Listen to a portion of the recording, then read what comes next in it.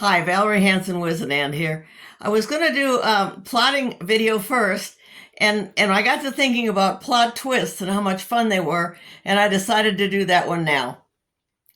Um, when you've plotted a book and you have everything going the way you want it to, a lot of times you will tend to stay with that.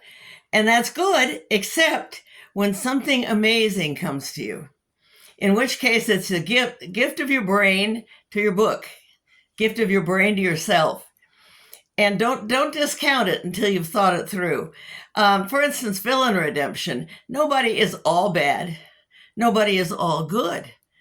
So with that in mind, remember that there is a time when even the worst guy will do something good. I did that one time by I surprised myself. It wasn't by accident exactly. It was not planned.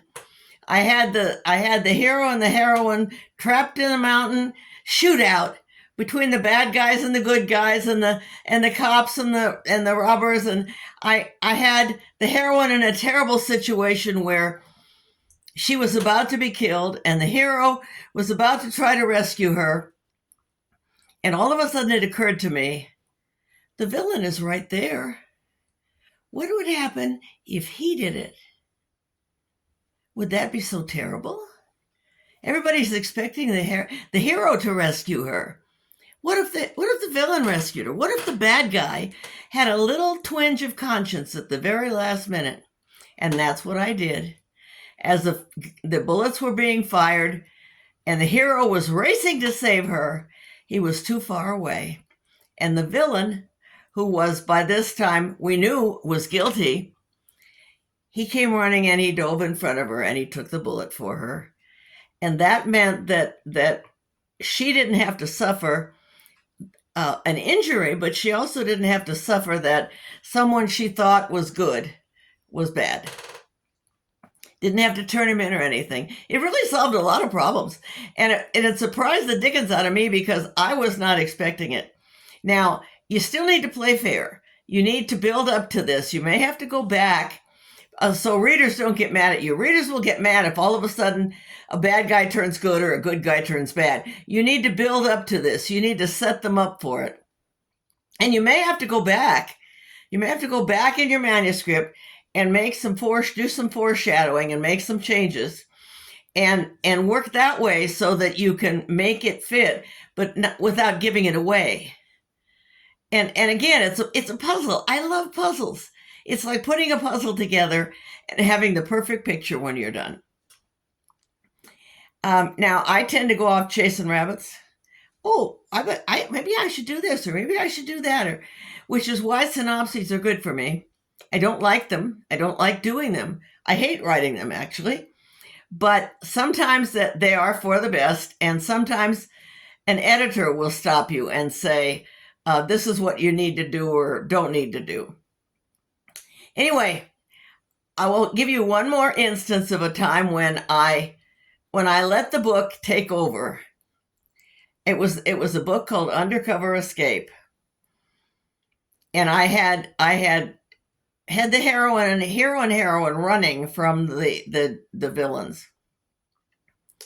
And wound up on an uninhabited island in the middle of the Mississippi. Which does exist. Yes, I researched it. It really does exist. You know me and my research. It really exists. Okay. So I built a hotel out there, an abandoned hotel out there, and then I had the final culminating scene take place in the hotel, the abandoned hotel that doesn't exist. And I had some people locked up, and I had some people their lives threatened, and I had all kinds of things going on. There were time constraints. The hero wasn't going to make it in time. Grandma, this was the grandma spy one. She had crashed a truck to stop the helicopter. It was a great ending. Anyway, I got them into the hotel. The good guys are in the hotel. The bad guys are in the hotel. The extra good guys are coming. The backup is coming, but they're not there yet. Okay. And then I set the hotel on fire. Now, I hadn't necessarily intended to do that, but I did it. And once I had done it, I realized, ooh, if this one runs here and this one runs there, and the heroine climbs, which is what you would expect anyway, if the bad guys are on the bottom and the heroine's going to climb, and she's going to take these freed, trafficked hostages with her, they're all going to be stuck up there. Then what do? Well, the hero's coming up. He gets there. But what can he do? There's no fire escapes. And how do you get down? How do you get out? How do you get down? I shouldn't tell you. I should make you buy the book. But I'm going to tell you. Listen up. I thought about what an old hotel would look like and how an old hotel would be built. And I thought about opening windows, which you could probably do in an old hotel. And I thought about a fire system. Now, the old ones, the hotels used to be built, and this may still be for all I know, used to be built with a fire, with a tank on the roof full of water and hoses in boxes on each floor. You broke the glass, you pulled out the hose, and you got water to fight the fire. Well, suppose the hose was there, but the water wasn't. Then what do? You pull the hose, you take the hose into the nearest room, you open the window, you throw the hose out the window, and you shinny down the hose. Unless you're an old lady who can't, or a dog who doesn't know how to hang on with his paws like this. So then you rig a sling out of a jacket for the dog, and then you take the old lady down in some kind of a sling, or you carry her down yourself. You take these poor trafficked girls, and you convince them to slide down, and then you leave the heroine up there taking care of everybody else. Well, the hero had to go with Grandma, so he wasn't there to defend her. So there she is. I'm scared of heights. She's scared of heights. Makes perfect sense, right? There she is, sitting on the edge of the window when the villain comes through the door behind her. What does she do? She's afraid to go down the hose. She doesn't know how she's going to do it. She doesn't know if she can hang on. And she bails out the window. And of course the hero's down below and he catches her, and yeah, okay. Then what do you do with the villain who's standing in the window shooting? I'm going to make you buy the book for that one. But I took care of it all that way. And when I plotted the book, I had no idea there was going to be a hotel. I had no idea there was going to be a fire. I had no idea they were going to get out that way.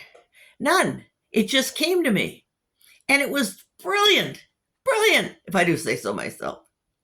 So I used it. And my point being, you can try different endings. You can try different ways to do things. You also need to let your imagination lead you. Be free. Like real life. If something new comes up, deal with it. Deal with it. And make it fun and make it exciting. And you will have a winner. It did make the bestseller list. It really did. And I love that book. I think I love it most because of Grandma, because I am Grandma.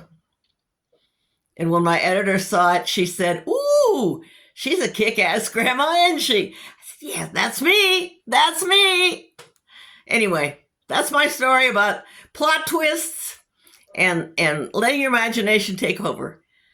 Have a good time. Next time we really will do plots. I promise I will do straight plots, but this was just too much fun to hold. Bye-bye.